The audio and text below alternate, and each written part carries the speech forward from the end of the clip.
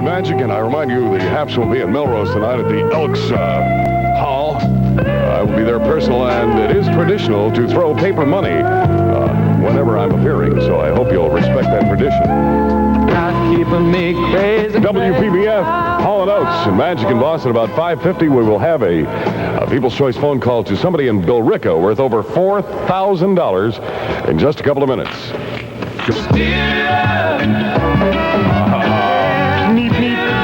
WVBF, Johnny Nash and the Ramblers.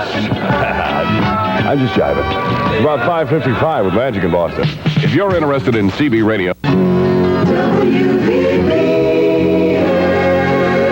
Well, I want you to know that my very best friend, Shotgun Tom Kelly, is next, ladies and gentlemen, doing his last broadcast on Stereo 105, possibly for the year at least. I'd like you to call him tonight, tell him how much you've enjoyed it. I will see many of you in Melrose later on tonight. And in any case, thank you, Boston.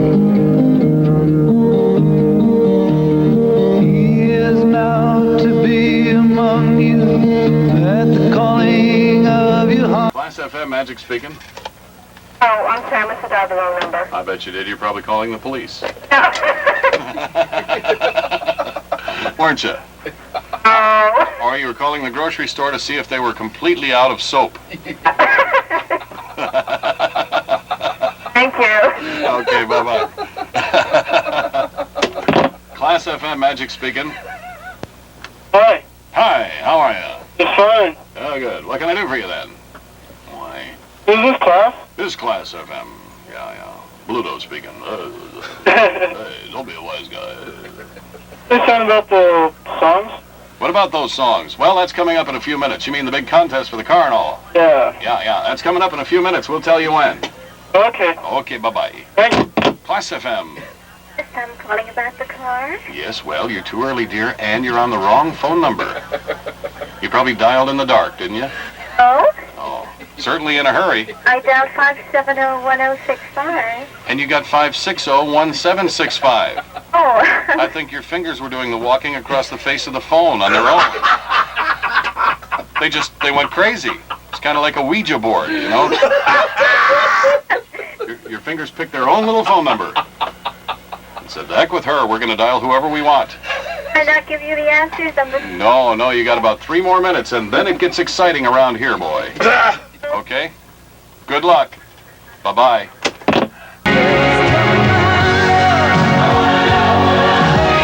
are merely about, say, 2.5 minutes away from letting people go for the 1985 Nissan 200 SX. And we're going to do that right here on Class FM and AM all at the same time. Just a couple minutes. It's over.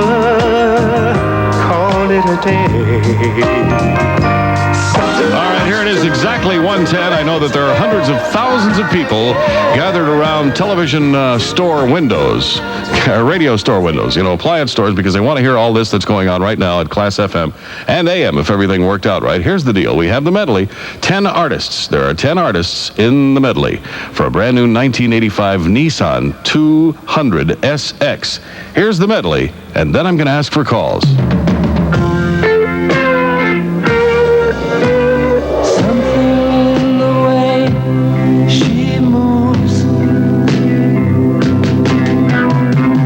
Attracts me like no other lover.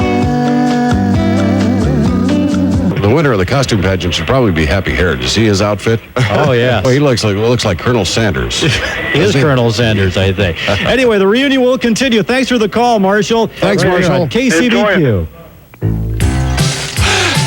It's a smart guy jogging through Balboa Park.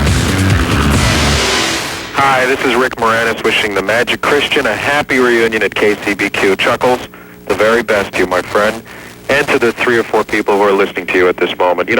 Radio time is precious. Why, 1 minute of radio time sells on the Super Bowl for, several $100,000, doesn't it? And the game isn't even on the radio. But if you turn the brightness all the way down on your TV, TV really just is like radio. And Chuck, you've had your brightness turned all the way down for years. Anyway, I only wish I could speak to you live, but Thursday's Parcheesi night here in New York, and I've taken a good minute here at these rates. I should thank San Diego for being so hospitable to us when we were down there shooting My Blue Heaven, which opens this July in theaters everywhere. I couldn't resist the plug, Chuck. Thanks. The Magic Christian, KCBQ. Boy, calls are coming in. Operators are standing by. I'll tell you, the phones are just smoking. We're having a lot of fun. This is KCBQ, AM 1170 and FM 103, 105.3. Don't want to get that wrong. 105. We didn't have an FM when What's I your started. name? Oh, I'm the Magic Christian, by the way. Yes, the and Magic Christian's I wanted here. to explain the Rick Moranis thing. Rick and I, the last time I was fired at KCBQ was 1974, and I between 1969 and 1974, I think I was at KCBQ 4 times. It's hard to remember, but the last time I was fired, it was amazing the power this radio station had, not only here, but I'll tell you what happened. I was fired around Christmas time in 1974, and before I could get home, there was a telephone message waiting for me telling me to call Toronto, Canada, to call Chum in Toronto, Canada. Oh, great station. Because this radio station had power beyond power, electric power. I mean, it's awesome to this day. If you say you were at KCBQ during the great years, well, they're great years yet to come, but the early great years, the phone would ring all the time. People always, they wanted a KCBQ person everywhere in America, or KCBQ types. I remember seeing an ad saying Shotgun Tom Kelly type wanted, because they knew they couldn't get Shotgun Tom. And but Rick Moranis was my board operator in Toronto for 2 years, and he was feeding me all these great jokes through the glass, and being no fool, I used them all on the air immediately. And so then I had a stand-up nightclub act in Montreal for a while, and Rick came up there with me. I called him the night before the thing. I said, Ricky, I've had a year to prepare for this thing, but I haven't written anything. I have no act, and I go on tomorrow night, and I'm sold out.